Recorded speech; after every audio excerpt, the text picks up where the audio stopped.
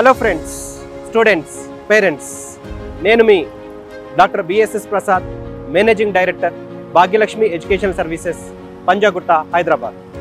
So Bhagyalakshmi education services గురించి మీకు ఈరోజు కొత్తగా చెప్పాల్సిన అవసరం లేదు.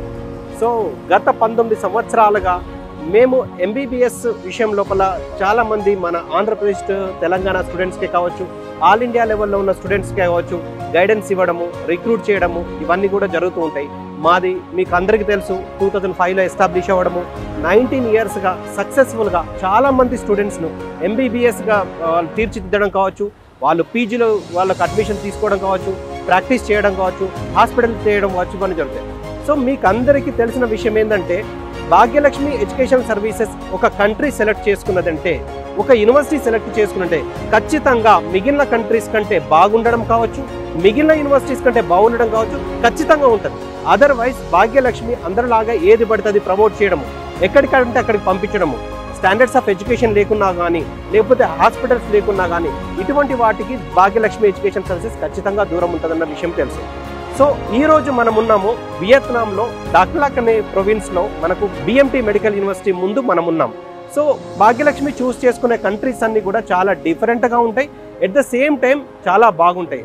సో రొటీన్గా కాకుండా స్టూడెంట్కి యాక్చువల్గా ఏది అవసరం, మన స్టూడెంట్స్కు ఇండియా లోపల అడ్మిషన్ దొరకలేదు అంటే కాంపిటీషన్లో వాళ్ళకు ర్యాంక్స్ రాలేక దొరకపోవడం కావచ్చు, లేకపోతే 1 కోటి నుంచి 1.5 కోటి ఎన్ఆర్ఐ సీట్ కొనలేని పక్షం లోపల మన ఇండియాలో స్టాండర్డ్స్ ఆఫ్ ఎడ్యుకేషన్ కంటే కూడా హై లెవెల్ ఆఫ్ ఎడ్యుకేషన్ వాళ్ళకు అతి తక్కువలో ఏ కంట్రీలో దొరుకుతుంది, ఏ యూనివర్సిటీలో దొరుకుతుంది, అంతకంటే ఏ మాత్రము తీసిపోకుండా అంతకంటే బెటర్గా ఎడ్యుకేషన్ ఏ కంట్రీలో దొరుకుతుంది అన్న దాని మీద కంటిన్యూగా రీసెర్చ్ చేసుకుంటూ కేవలం మంచి యూనివర్సిటీస్ని మాత్రమే ఇంట్రడ్యూస్ చేసే బ్యాక్గ్రౌండ్, మంచి యూనివర్సిటీస్ని మాత్రమే మనం ఇంట్రడ్యూస్ చేసే ఆ హిస్టరీ కలిగిన కన్సల్టెన్సీ వచ్చేసి భాగ్యలక్ష్మి ఎడ్యుకేషనల్ సర్వీసెస్.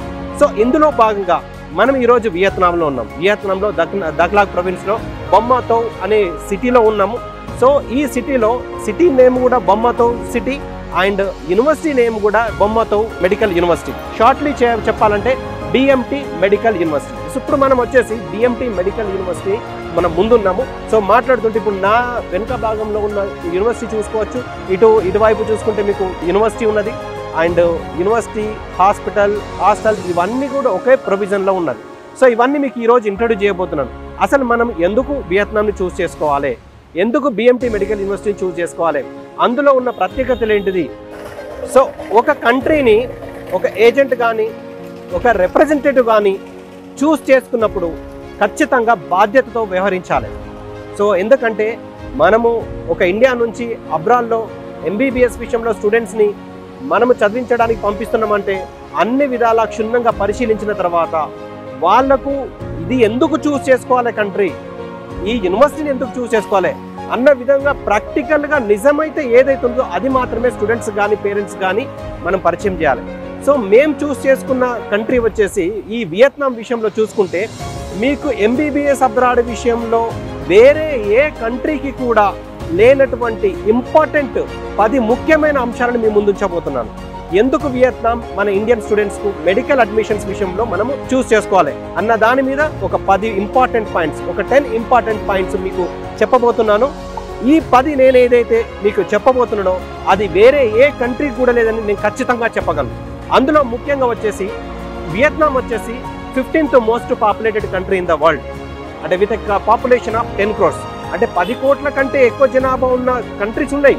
కాకపోతే అందులో పాపులేషన్ డెన్సిటీ చూసుకుంటే మాత్రము చాలా తక్కువ ఉన్నది. సో ఈ విషయంలో చూసుకుంటే పాపులేషన్ డెన్సిటీ అంటే 1 కిలోమీటర్ పరిధిలో ఎంతమంది జనాలు ఉంటారు, దీని పాపులేషన్ డెన్సిటీ అంటే జన సాంద్రత.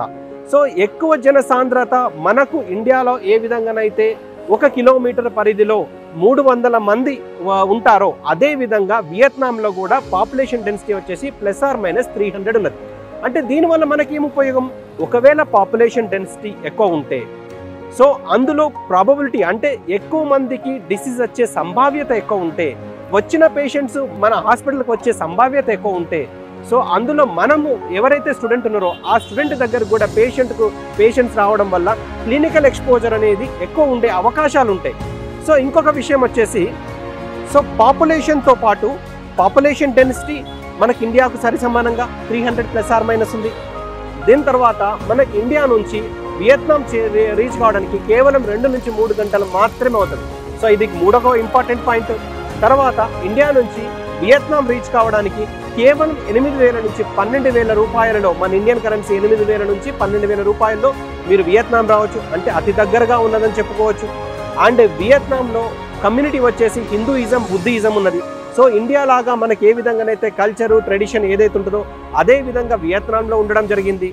సో అన్నిటికన్నా ఇంకా ఇంపార్టెంట్ విషయం వచ్చేసి 6th ఇంపార్టెంట్ పాయింట్ వచ్చేసి, ఇక్కడ మన ఇండియా తర్వాత క్యాడవర్స్ అంటే డెడ్ బాడీస్ మీద అనాటమీ డిసెక్షన్స్ చేసే అవకాశము కేవలము మనకు వియత్నాంలో మాత్రమే ఉన్నది.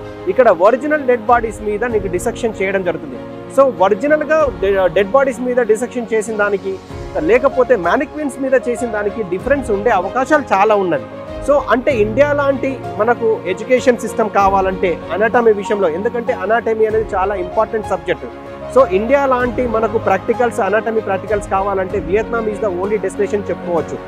అదేవిధంగా 7th ఇంపార్టెంట్ పాయింట్ వచ్చేసి మనకు పార్ట్ టైం జాబ్ చేసుకోవడానికి అత్యధిక అవకాశాలు ఉన్న కంట్రీ వియత్నాం. సో ఎందుకు పార్ట్ టైం జాబ్ చేసుకోవడానికి ఎక్కువ అంటే ఇక్కడ వియత్నాం అనేది మ్యానుఫ్యాక్చరింగ్ హబ్.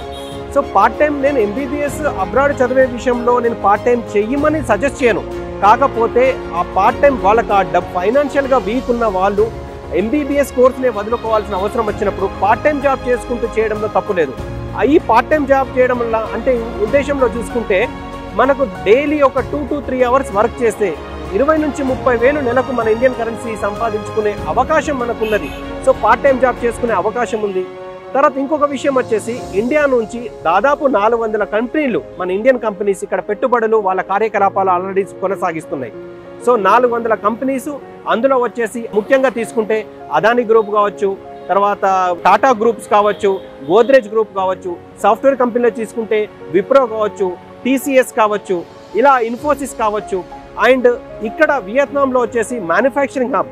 మనకు ముఖ్యమైన కంపెనీస్ అన్ని కూడా ఇక్కడ మ్యానుఫ్యాక్చరింగ్ అంటే శాంసంగ్ కావచ్చు, ఇంటెల్ కావచ్చు, ఆదిదాస్ కావచ్చు, నైక్ కావచ్చు, యాపిల్ కావచ్చు, ఇలా వివిధ రకాలైన మ్యానుఫ్యాక్చరింగ్ ఇక్కడ జరుగుతుంది. కాబట్టి పార్ట్ టైం జాబ్ చేసుకునడానికి స్కోప్ కూడా చాలా ఎక్కువ ఉంది. ఇంకొక 9th ఇంపార్టెంట్ పాయింట్ వచ్చేసి మనకు ఆల్రెడీ 60,000 మంది మన ఇండియన్స్ ఇక్కడ వియత్నాంలో మైగ్రేట్ అయ్యి వాళ్ళు డిఫరెంట్ బిజినెస్ చేసుకుంటూ ఉన్నారు. సో ఇది కూడా అంటే వియత్నాం సేఫ్ కంట్రీ, మన ఇండియన్కు సూటబుల్ కాబట్టే అక్కడ మన ఇండియా నుంచి వచ్చి వాళ్ళు ఇక్కడ సంపాదించుకోవడానికి కావచ్చు, జాబ్ చేసుకోవడానికి కావచ్చు, బిజినెస్ విషయంలో కావచ్చు, చాలా మంది మన ఆల్రెడీ ఇక్కడ ఉండడం జరిగింది. సో ఇవన్నీ కూడా గ్రూప్స్ పెట్టుబడి పెట్టడం కావచ్చు. తర్వాత 10th ఇంపార్టెంట్ పాయింట్ వచ్చేసి ఇక్కడ ఎవ్రీ ఇయర్ టూరిజం పేరు మీద విజిట్ చేస్తున్నట్టు టూరిజం శాఖ ద్వారా వచ్చిన దాని ఇన్ఫర్మేషన్ ప్రకారము దాదాపు 2 లక్షల మంది విజిట్ చేస్తున్నారు.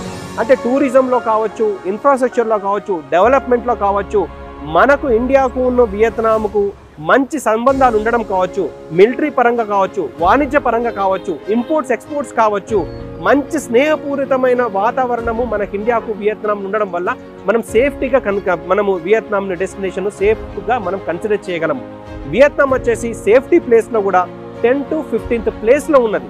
సో మనం ఇక్కడ 24 hours 365 days మన స్టూడెంట్స్కి ఎటువంటి ఇబ్బంది కూడా ఉండదు.